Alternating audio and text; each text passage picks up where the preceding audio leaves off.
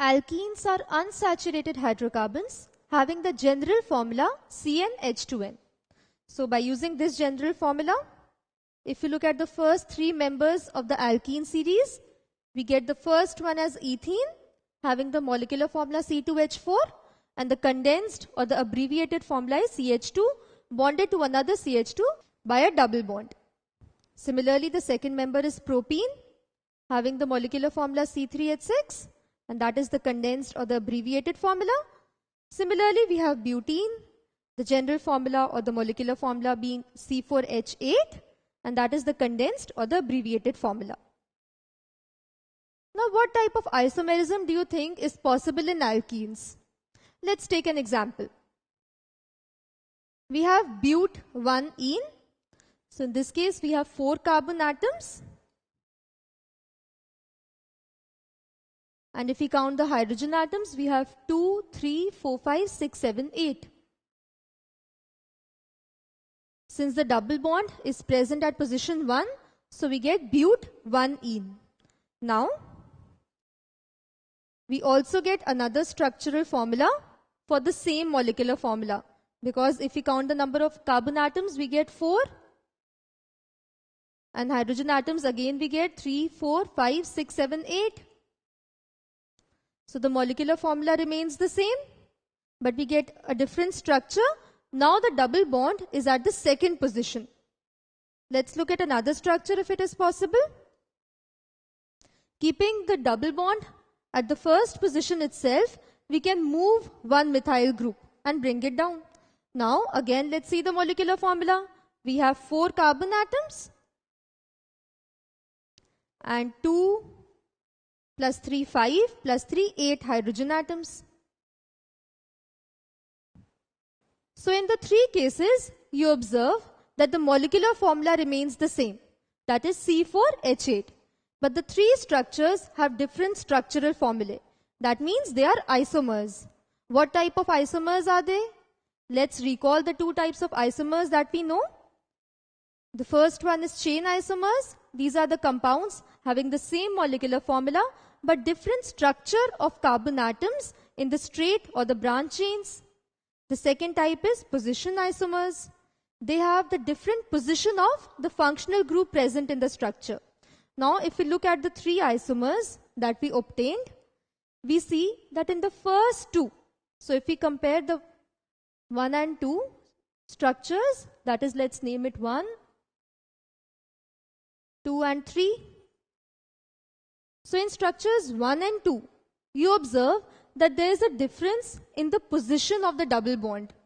In the first, you see that the double bond is present at position 1. In the second structure, you observe that the double bond is present at position 2. So 1 and 2 are position isomers.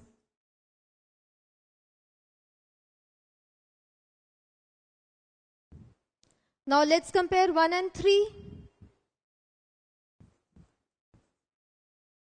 What do you observe? The position of double bond remains the same.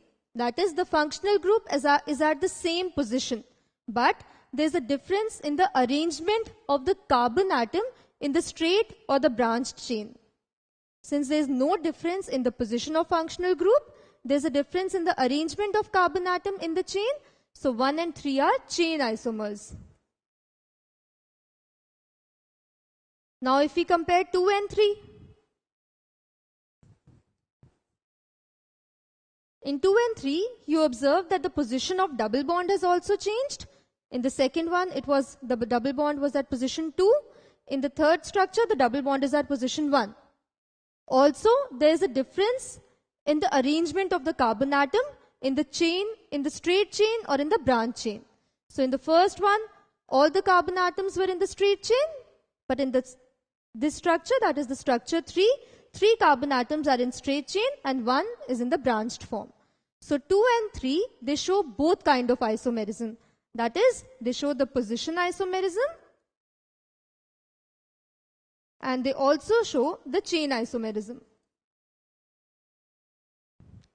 So the kind of isomerism that is possible in alkenes is both chain isomerism and position isomerism. what kind of isomerism is shown by alkenes?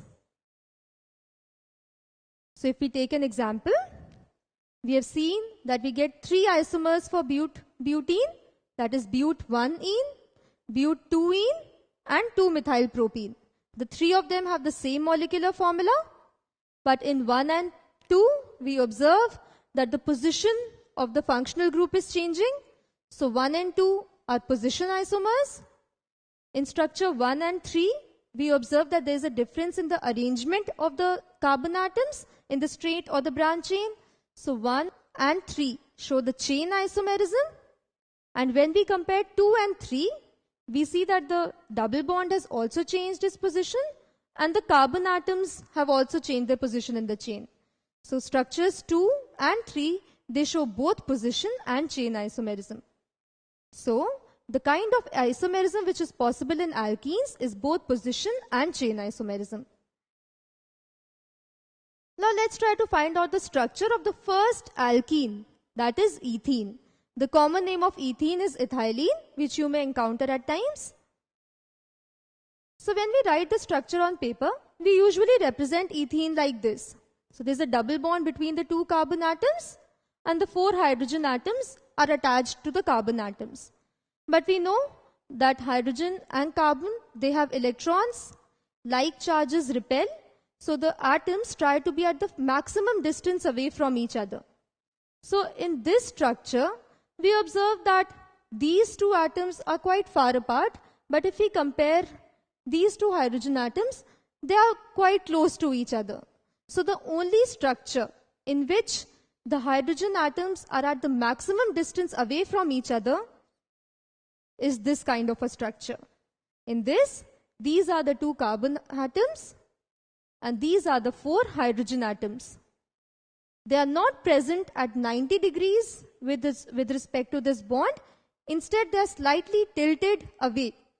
So this is the only structure in which the hydrogen atoms are at the maximum distance away from each other.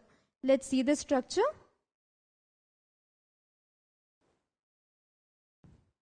So even when we rotate it, we see that all the atoms are in one plane. So if you keep it on the table, you observe that the entire structure can be placed on one plane. So such a structure is also known as a planar structure. All the atoms, that is the structure of ethene,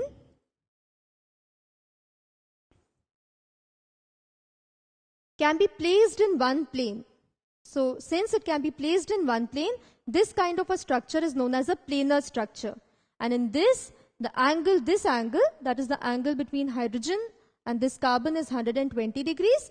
Similarly, this angle is also 120 degrees. And this is the only structure in which all the hydrogen atoms are at the maximum distance away from each other. So ethene has a planar structure.